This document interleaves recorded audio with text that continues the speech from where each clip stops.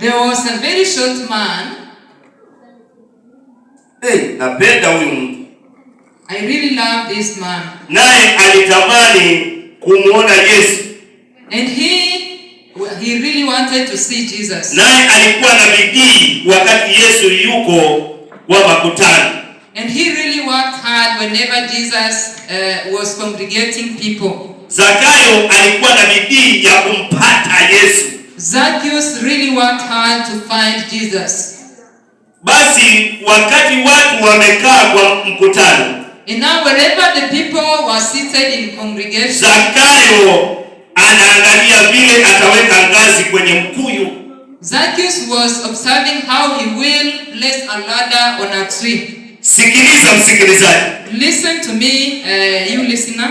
Saa ile watu wako kwa mkutano, the time the people are meeting, waelekee kumaliza ule mkutano warudi hivi, they are about to finish the meeting. Zakayo tayari ameshatoka kwa mkutano, amekimbia kwa barabara ile Yesu atapita.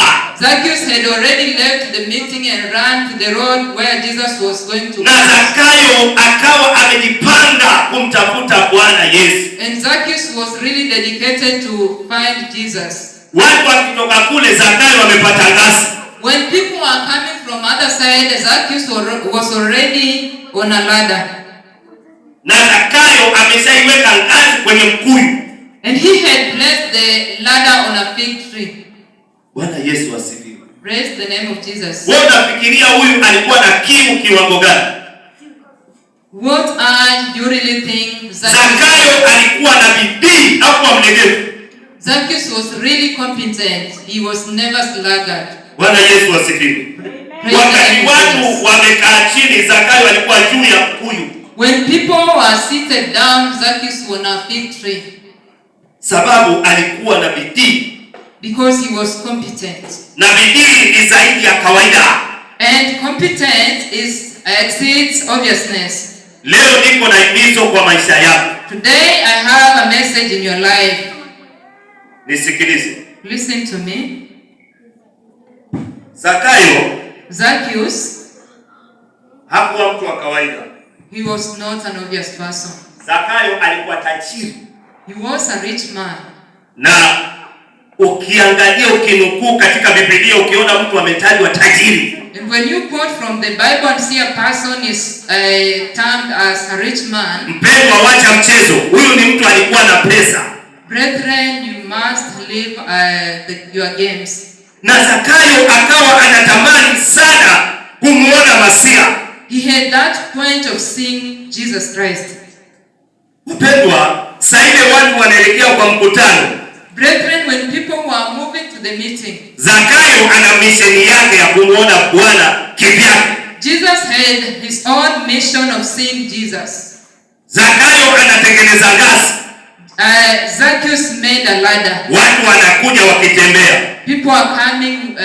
Zakayo ameshakimbia mbio, watu wanatembea, Zakayo anakimbia mbio kwenda kuweka ngazi. When people were walking, Zacchaeus had already run, going to make a ladder. Wakati ambapo Yesu anakuja, watu wanatembea chini, Zakayo yuko kwenye mkuyu. The time Jesus was coming, people are walking down, Zacchaeus was already on a fig tree. Huyo si mtu wa kawaida. This is not an obvious person. Huyo si mtu wa kawaida. This is not an obvious person. Wakati watu wanatembea, when people are walking, Zakayo yuko juu ya mkuyu. Zacchaeus is already on a fig tree. Wakati watu wanatafuta, when people are seeking, Zakayo tayari ameweka ngazi. Zacchaeus already. Wapendwa, nimekuja kuambia kwa nyumba hii, I've come to tell you this. aidha mubadilike au mukae hivyo hivyo. It's either you change or you remain like that. Lakini ni ombi langu kwa Bwana, But it's my prayer to God, kupitia ibada hii, through this service, ulegevu uishe katika maisha yenu. may you do away with Ulegevu uishe katika biashara zenu. you do away with the Ulegevu uishe katika ndoa you zenu. do away with Ulegevu uishe katika shughuli yoyote you do unayofanya. away with all Wapendwa, ni lazima tuinuke na tuangaze. it's a must we wake up. Tusikubali kukaa katika ulegevu. Let us not accept in Wewe kesho yako utaanza kulia leo. today you will start crying. Leo ukipanda vizuri mpendwa, Today if you plant well, nataka nikuambie kwa uzeeni utavuna mavuno mazuri. you will sow Haleluya. good things. lakini watu wengi wanakaa kwa ulegevu. But people always lie in sluggardness. Mimi nampenda Zakayo.